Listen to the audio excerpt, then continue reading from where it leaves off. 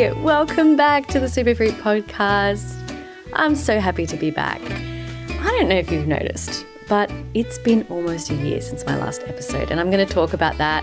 But when I took a little break the last time after I did my last episode, I never had the intention that it would be a year-long break, and I'm going to share a little bit about that, more about that and what kind of happened. And hopefully it'll give you some fun insights into the behind the scenes of a business like mine and how things run when we're not consistent. But I just want to say I'm so excited to be back. And if you have been listening to the podcast for a while, you might not have even noticed that I was gone, in which case I don't blame you because I probably wouldn't notice myself, just life happens. And if you've never listened to the podcast before I took the break, you might not have even noticed that there's been a year's break, and that is always my intention, that you wouldn't know because my idea of consistency, as you know, is showing up the same way every single time. I'm going to demonstrate that and talk a little bit more about it later on in this episode. But I'm really excited to be back, like I said, and maybe we'll kick off with where I've been and what happened, in case you are wondering. So we left off with an episode where I spoke about showing up consistently when you have inconsistent energy. The irony is not lost on me that then I didn't show up for the next year. And I think this is now the perfect opportunity to demonstrate what consistency means to me as a reminder that it doesn't always have to mean, every Tuesday at 10 a.m. or whatever.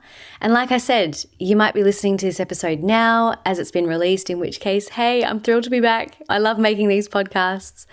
Or you might be listening to it long into the future. And the aim for me over the last 16 years of running my business is that when I do show up, you know what you're going to get. And hopefully it's a little bit timeless, so it can apply for the most part, no matter when you're listening to it. But the idea of showing up for the rest of my life at the same time of the week and day of the week, every single week for the rest of my life just does not feel good to me. But I did take a year-long break.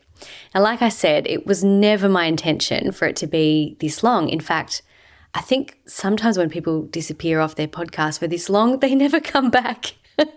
But the truth is, there's been so much going on in my own life and in the behind the scenes of my work and everything, it doesn't feel like it's been a year. I thought, it's probably been a few months. And then when I was chatting to Bree, our podcast production specialist here at Bambi, she was like, it's been almost a year. So I'll walk you through a little bit of that. And the main thing I want to talk about though is that I've taken time off even on social media. My business is still running in the background, just the same as before. And I've had some questions about how do you market your business? Like I'm watching you on social media and you're not doing anything. So what's happening? And I thought it would just be a fun opportunity to talk a little bit about the mechanics of business and how you can sort of pull different levers at different times to suit different stages and phases of your business, and talk about what's been happening with me.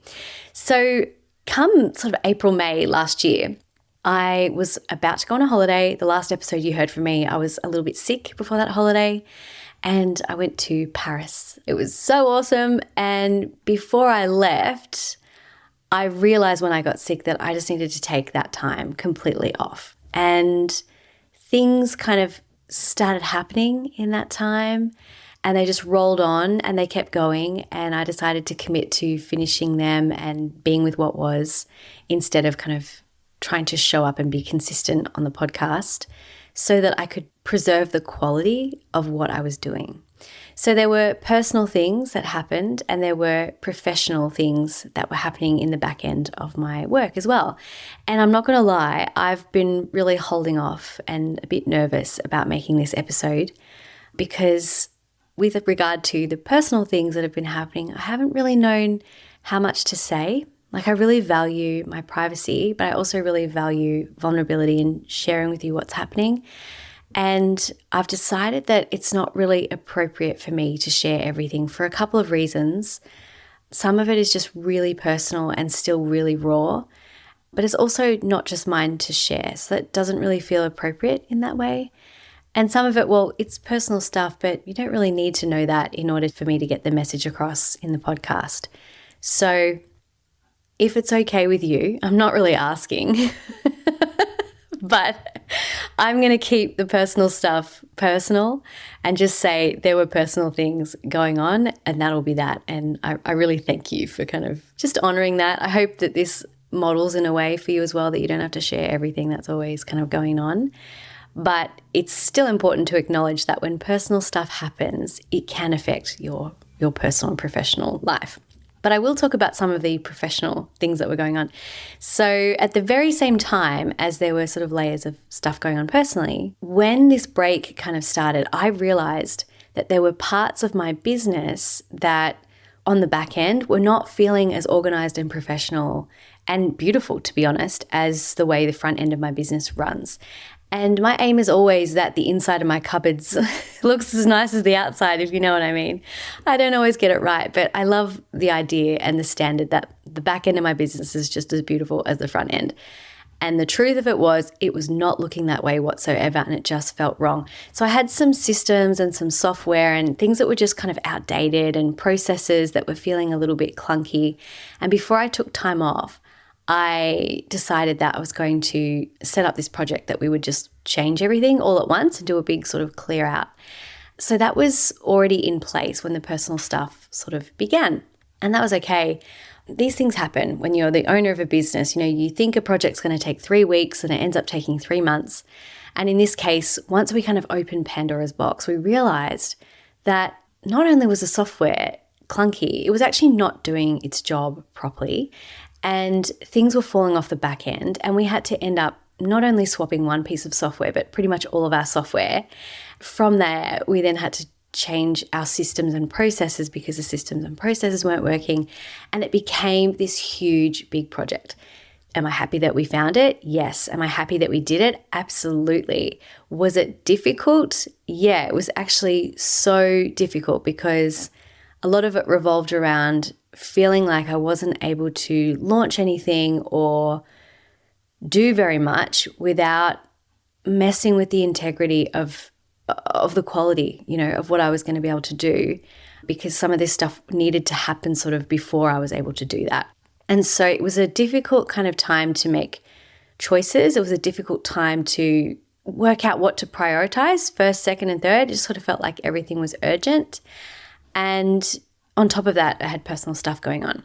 So while I really do believe that we can show up during anything that's going on, and in fact, I've been running my business for 16 years this year. So I have been running my business through burnout, through breakups, through back issues, bereavement, like all kinds of different things. And I believe that it's still possible to be able to show up and do things while you have life stuff going on. But just because you can doesn't mean you have to. So when I was young, when I was 15, I was kind of thrust into this world of leadership when it came to martial arts. And one of the biggest things we did and practiced in a martial arts career was you never show pain in the dojo. If you got punched in the face really hard, you would just turn around, fix up your belt, and then turn around with a smile on your face, even if you couldn't really see because you had stars in your eyes, and punch them right back. You know, like it was fighting. It was martial arts. But, you know, I became really, really good at compartmentalizing things and not showing pain in the dojo. And it's a great skill to have. And sometimes when you know that something is going on and it's not going to go away, it's really easy to make your life an excuse for not showing up to work. It really is. And I know that in the early years of my business, I let whatever drama was happening interrupt my ability to focus. Nowadays, that's just not the case. But that being said, there was so much going on that I could feel that if I just tried to push through and keep showing up and do all of the same things I was doing to the same quality I was doing them, it was not going to be the quality that I want and expect of myself. And I was highly likely going to burn out. So I made the choice to preserve the quality of things and just dive into making everything I was doing good quality at the time. So what that meant was what I had to let go of was doing a podcast weekly and doing a newsletter weekly. And even I did about one launch, I think, in about October. And then from November, I even stopped doing social media. So I haven't done anything since early to mid-November, I would say. I've sent probably 2 emails to my list. And while I knuckled down to focus on the personal things, those business things just needed the extra attention. So that's kind of where I've been. I know it sounds a little bit vague and I do apologize for that, but like I said, there's no point going into a lot of the details of it, but I do want to really name and speak to that there's been stuff going on and I had to make a call about what I was going to drop in order to be okay. So that's what I did and that's where I've been. The funny thing is though, someone asked me recently, hey, can I just ask you, how do you market your business? Because I'm looking at you on social media and you're not doing anything and I can't see that you've done any podcasts or like, how do you actually market your business?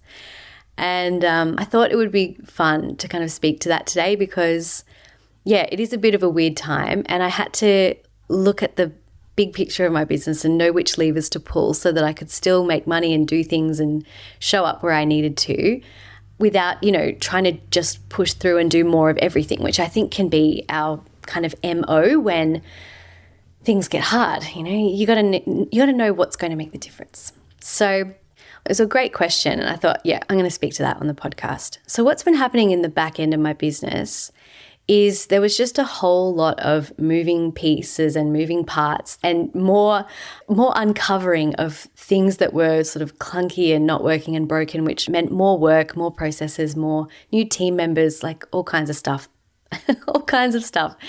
And the project was just getting bigger and bigger and bigger. And so I had to work out, okay, so if there's a closed door down this end, or it's not technically closed, but if I try to push through and keep it open, it's just going to be really stressful. What else can I do to kind of make it fun and easy and profitable and consistent and sustainable for me? So what I decided to do was a really simple strategy. A lot of the time we think, well, if I want to make more money, I need to market my business. I need to go out there and find more potential customers or clients. I need to find more leads. I need to make more sales. And yeah, that can be the truth. That can be one option. But sometimes it's about going back to people who have already purchased from you and offering them something else. So if you've been wondering where I've been, that's what I've been doing. I've created private offers for clients that have already worked with me before and been working with people doing that, and my business has been booked out completely the entire time I've been away from social media and away from podcasting, which is kind of interesting, isn't it? So when you can see how all the mechanics of a business works from what I call the 30,000 foot view, you're up high, you can see all the wheels and all the cogs working together, which cogs affect other cogs. When you can see that, you know which levers to pull during different seasons of your life and different times, so the business can keep running without necessarily always having to pour money in and time and energy into things that most people think that you need to do. So for example, a lot of people think that marketing your business or growing your business just means posting more on social media or hoping to make more sales. But there are so many other ways you can improve your business without necessarily having to do all that. Hopefully this last, few months of me completely not being on anywhere can be an example of that to you. So my business has been booked out since October, November last year when I made some offers to people that had already purchased from me. I sent 2 emails in the back end of my business, and that's kind of what happened. And so I didn't need to show up on social media. I didn't need to show up on podcast. And thankfully for that, because there was more stuff that happened personally and there was more stuff that happened professionally that just needed to be addressed. So I have still been here. I've been in my business every day, looking after the clients that I was already working with and working with people who wanted to work with me in a new way, in a new offer that was private.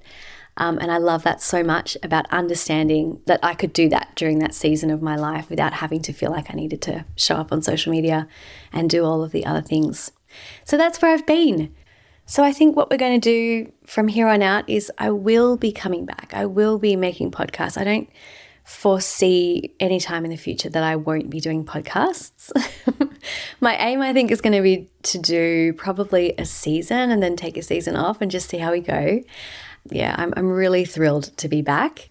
And I'm really thrilled to be, creating in a new way, creating as I go, talking about what's happening with you and just sharing a little bit of what feels comfortable to share kind of behind the scenes too. It's just really nice. It's actually just really nice to be back.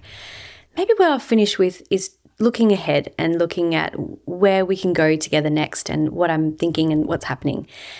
On the note of thinking about the 30,000 foot view, I am going to be opening up in a couple of months 2 of my very well-loved group coaching programs. So one is the 2024 edition of the Fierce Salon, which is something that this will be the 9th iteration of the Fierce Salon. I'm really excited. And the other one is going to be the Bloom Business Incubator. And I'm opening them up at the very same time. And really, they are for the same person, but it depends on kind of where you're at in terms of your journey and your growth journey. So the Fierce Salon is aimed at folks who want to go from good to great. You're already kind of earning money in your business. You don't have to be in business whatsoever, but you're in a leadership position and you want to take things from really good to amazing and great. And the Bloom Business Incubator is for you if you are a mission-based business and you are not yet making your first $5,000 to $10,000 consistently and sustainably. And this is a group coaching program where I'm actually going to show you how to take the 30,000 foot view over your business so you can understand which levers to pull and you can make really strategic decisions about business. The Fierce Salon is going to be supporting the leader to go from good to great by letting go of what you no longer need, keeping what worked to get you here to go to the next level, and playing an even bigger game while feeling better. So I'm really excited to open up those 2 groups. It's going to be a really nice, exciting season. I'm going to leave the links to the waitlist underneath this podcast for you. So if you are interested in that, you can just pop your name on the waitlist there and there'll be a really cool bonus for you if you decide to join during the waitlist time. So that's all for today's episode. I guess I'm just kind of kicking off nervously, coming back and sharing with you where I've been and what's been happening and getting my feet wet again. I've even got a new microphone. It's just all new. It's all new. So excited to be back. Really, really grateful for you listening. I would love to hear from you if this has sparked interest, this podcast episode. So please feel free to comment or write to me and let me know. If you have questions as well about something you'd like to hear on the podcast, I'm always open to that too. So I'm going to say goodbye and I'll see you next week. But before I do, I really just want to say thank you as well. It's really, really nice to be back. So remember, my friends, everything you want is so much closer than you think. Stay curious, stay open, and keep the long view over what it is that you want to do, because you may just find it does not have to be as hard or as busy as you think. Sending you loads of love today. See you soon.